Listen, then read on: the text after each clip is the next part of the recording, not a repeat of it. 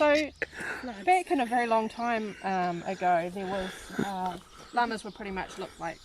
sheep, and there was, because of global warming and stuff, there was some pretty nasty floods, and over time, obviously the ones that had the shorter necks would drown in the floods, and only the longer necked animals would survive in the floods.